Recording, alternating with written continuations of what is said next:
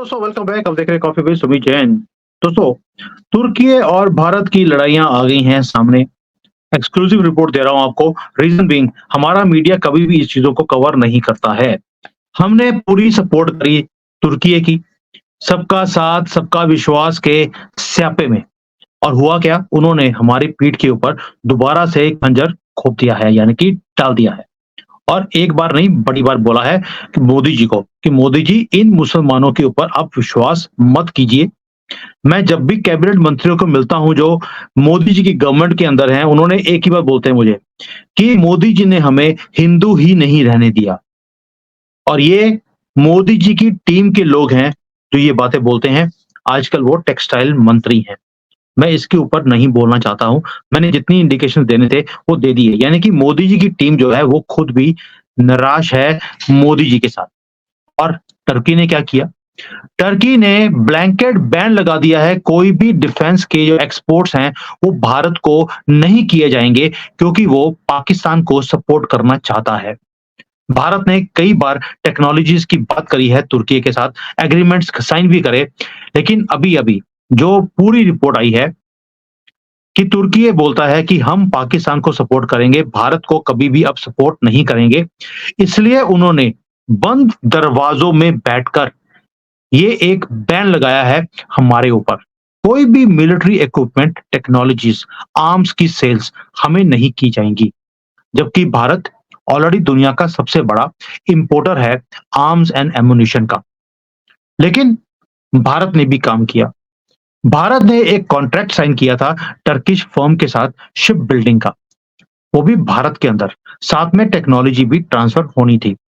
भारत ने भी उनका कॉन्ट्रैक्ट कैंसिल कर दिया है। ये $2 बिलियन का प्रोजेक्ट था। हमने भी बोला भाड़ में जाओ तुसी मुसलमानों, अब तुम्हें उसी डंडे से पीटेंगे जो तुम्हें हम 1000 साल से तुम्हें भी पीटते रहे।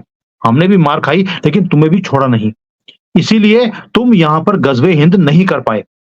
और अब ये बंदर वाली टोपी वालों को अब सीधा किया जाएगा एक एक करके। योगी जी ने काम शुरू कर दिया, मोदी जी ने भी शुरू कर दिया है। और ये जो अनाउंसमेंट है तुर्की ने, ये उन्होंने नहीं करी है।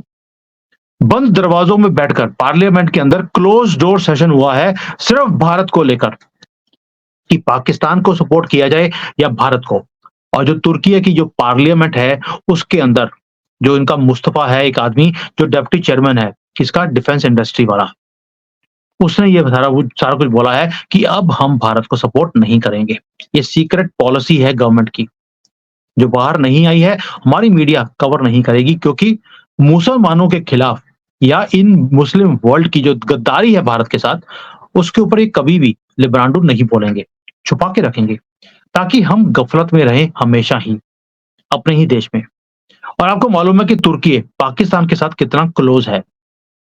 क्लोज इसलिए है क्योंकि कोई भी जब इंटरनेशनल फोरम्स होते हैं उसके अंदर वो पाकिस्तान की सपोर्ट करता है। भारत ने भी स्टैंड ले लिया। हमने भी जो तुर्की का जो लड़ाई है आर्मीनिया और अजरबैजान की, उसके अंदर हम भी खड़े हो गए हैं। किसके साथ? हम भी आर्मीनिया के साथ खड़े हैं। और साथ में तुर्की की लड़ाई है ग्रीस के साथ, हमने भी ग्रीस के साथ खड़ा होना शुरू कर दिया। और इसलिए जो दुश्मन है तुर्की का, हम उसके साथ खड़े हैं। तुर्की हमारे दुश्मनों के साथ खड़ा है आज की डेट में। और साथ में हमने इनके जो प्रोजेक्ट्स है उनको भी कैंसिल करना शुरू कर दिया। देखते हैं अब लड़ाई तुम कहां तक लेके जाते हो। साथ में जो तुर्की है उसके अंदर एक और भी चीज है कि कोई भी अगर सेल करनी होती है तो वो गवर्नमेंट की अप्रूवल के बिना आप नहीं कर सकते। अब उन्होंने बोल दिया कि अगर भारत से कोई फाइल आती है, रिक्वेस्ट आती है, उसे लेके भी आने की जरूरत नहीं है, पहले ही बैन कर दो, मना कर दो। और ये सीक्रेट डॉक्यूमेंट या बैन हमारे हाथ में लग गया है। अब दूसरी तरफ जो भारत है, $100 बिलियन की इंपोर्ट है हमारी। आज भी आत्मनिर्भर भारत में 70% से ज्यादा हम खुद प्रोक्योर करते हैं, अपने ही कंट्री में बना हुआ सामान, लेकिन फिर भी हम बाहर से सामान लेते हैं। और तुर्की तुर्की ड्रोन्स के ऊपर बहुत तेजी से काम कर रहा है। 5th जनरेशन वॉरफेयर में जो प्लेन होते हैं उसके ऊपर काम कर रहा है। प्लेन और जो ड्रोन्स हैं उसने पाकिस्तान को देने का फैसला भी कर लिया है। और भारत को बोल दिया तुम्हें हम कुछ नहीं देंगे। आपको याद होगा हमने 100 से ज़्यादा जो ड्रोन्स हैं, वो तुर्की से प्रोक्योर करने का प्रपोज़ल भी दिया हुआ था, हमारी बातचीत चल रही थी। लेकिन अब वो भी कटाई में पड़ता हुआ दिखाई देता है, यानी कि कहीं न कहीं मुझे लगता है कि भारत ने भी मन बना लिया है कि हम अपने ही ड्रोन बनाएँगे। और भई मोदी जी ने कहा था ड्रोन बनाने शुरू करो। हमारे जो आईआईटी के जो बच्चे हैं, 6 महीने के अंदर 50 से ज़्यादा तो प्रोटोटाइप्स उन्होंने निकाल दिए। यानी कि ये है हमारी स्पीड। तुर्की से 1 ड्रोन आना था, हमने 50 अपने ही डेवलप कर लिए हैं। वो एग्रीकल्चर हो, डिफेंस हो, कुछ भी हो। और तुर्की सिर्फ एक ही काम कर रहा है, पाकिस्तान को कश्मीर के ऊपर वो झांसे दे रहा है कि मैं तेरे नाल खड़ा है।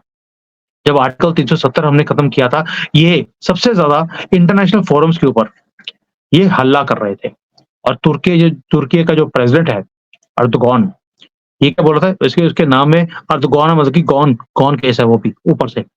उसने भी बोल दिया वहाँ पर यूनाइटेड जनरल असेंबली में और कहाँ पर? United Nations human rights council में भी कि भैया आप जो है ना, इनके ऊपर एफटीए का वो लगाओ, बैन लगाओ इंडिया के ऊपर।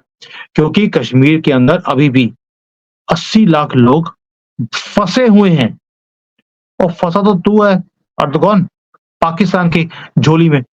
और तो हमें बोल रहा है कि हमारे यहाँ पे 80 लाख जो हैं, ये कश्मीरी फँसे हुए हैं। और साथ में ये बोल दिया कि जो सफरिंग हो रही है कश्मीरी लोगों की, ये दुनिया को देखनी चाहिए। और उसने बोल दिया कि जो पैलेस्टाइन में वही हमास के लोग बड़े ही वहाँ पर दुखी मन से रह रहे हैं, हमास वाले लोग। जो लड़कियाँ उठा के ले गए थे इज़राइल वाली, बच्चे 2-2 महीने के उठा के ले गए थे, उन्हें माइक्रोवेव में ज़िंदा रोस्ट कर दिया गया और उसको खा भी लिया। ये बोल रहे हैं कि पैलेस्टीन और कश्मीर में सेम हालत है। उन्हें फ्री पास नहीं दिया जा रहा कि भई जाएँ और इज़राइलियों को मार दें। इधर कश्मीरी हैं, उनको फ्री पास दिया जाए कि पूरे भारत में हिंदुओं को मार दिया जाए। तो इनके बेचारों की बड़ी ही बुरी हालत है। इनके ऊपर थोड़ा-सा दुनिया को तवज्जो देना चाहिए। भारत ने भी एक ही काम किया। हमने भी इसके दुश्मन साइप्रस, ग्रीस, आर्मेनिया सबके साथ खड़ा होना पसंद किया है। यानी कि ये लड़ाई अब दूर तक चलेगी और नरेंद्र मोदी जी ने आपको याद होगा एक बार विज़िट करना था तुर्की का और सऊदी अरेबिया का 2019 में। मोदी जी ने अनाउंस किया वहाँ पे प्रिपरेशंस हो गए तुर्की में। मोदी जी ने आखिरी मोमेंट पर तुर्की गए ही नहीं। सऊदी अरेबिया गए, वहीं से वापस आ गए। वो वहाँ पर प्लेन की वेट करते रहे, अर्दोग़ान वहाँ पर एयरपोर्ट पे खड़े होकर कि मोदी जी लैंड करने वाले हैं 1 घंटे में, आधे घंटे में। मोदी जी भारत वापस आ गए थे। यानी कि मोदी ने भी चपेट ऐसी मारी इनको कि इनको भी याद रहेगी कि जब चपेट लगती है तो कैसी लगती है। और अभी जो ये कॉन्ट्रैक्ट हमने कैंसल किया है, 5 शिप्स बनानी थी हमने तुर्की के साथ मिलकर। मैं पहले बताया आपको, $2 बिलियन का ये प्रोजेक्ट था। टेक्नोलॉजी ट्रांसफर भी होनी थी और मोदी जी ने बोल दिया, "असी आप ही कर लांगे। हमें तुम्हारी ज़रूरत नहीं है, भाड़ में जाओ।" और तुर्की ने भी एक ही काम किया। उन्होंने इमीडिएटली ये बैन हमारे ऊपर लगाकर पाकिस्तान से मीटिंग कर लिया और उन्हें बोल दिया कि ये सारी जो टेक्नोलॉजी ट्रांसफर्स हैं, ये हम आपको कर देंगे। जो 5th जनरेशन फाइटर प्लेन है, उनका नाम था कान, वो भी वो पाकिस्तान को देने की पेशकश कर रहे हैं। अब पाकिस्तान की प्रॉब्लम ये है, पैसा है नहीं, हिंदू रहे नहीं जिनको लूट कर वो अपनी कंट्री को चला सकते थे।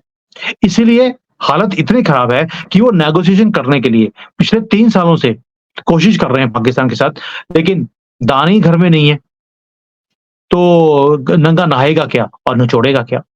इसीलिए पाकिस्तान के साथ वो सपोर्ट तो करना चाहता है वो, दिल से, लेकिन काम नहीं आएगा, काम भारत ही आएगा। लेकिन भारत ने भी बोल दिया, "तुसी जाओ भाड़ में, हम तुम्हारे साथ कुछ भी करने वाले नहीं हैं, हम तुम्हारे दुश्मनों के साथ खड़े हैं, उनको सपोर्ट करेंगे।" उन्हें हमने हथियार भी भेजने शुरू कर दिए।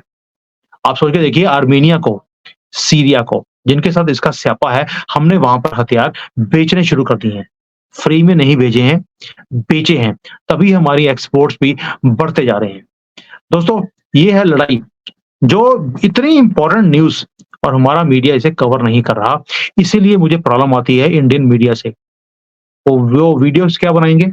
"ओ शी जिनपिंग मर गए, उनको हार्ट अटैक हो गया। चाइना टूटने वाला है, इसके 10 टुकड़े होने वाले हैं अगले महीने में।" 3 साल से सुन रहा हूँ मैं। ये वीडियोज़ सेंसेशनल न्यूज़ ये क्रिएट करते हैं और जो एक्चुअल न्यूज़ है, ये कोई छोटी-मोटी न्यूज़ नहीं है जो हुआ है वहाँ पर। और हमारी जो लड़ाई एक और थी मालदीव्स के साथ अभी-अभी शुरू हुई है, वहाँ भी तुर्की पहुँच गया है कि आपको मैं ड्रोन दूँगा ताकि आप भारत के ऊपर नज़र बना के रखें। वहाँ पर चाइना और तुर्की इकट्ठे हो गए हैं मालदीव्स के अंदर और हमारा मीडिया इन चीज़ों को कवर ही नहीं करता। वो कवर करेगा सिर्फ़ सेंसेशंस, व्यूज़ लेने के लिए, टीआरपी को इंक्रीज़ करने के लिए। सबसे बड़े गद्दार और देशद्रोही अगर हमारे भारत में हैं, वो मुसलमानों से ज़्यादा भी खतरनाक ये हमारा मीडिया है। इनसे बच के रहिए। जय हिंद, वंदे मातरम और मैं आपको ये सारी चीज़ें डिक्लेयर करता रहूँगा, शेयर भी करता रहूँगा। Hi there. If you liked the video, please don't forget to smash the like button, subscribe to our channel, and activate the bell icon so that you receive all notifications whenever we upload a new video. Thanks for watching.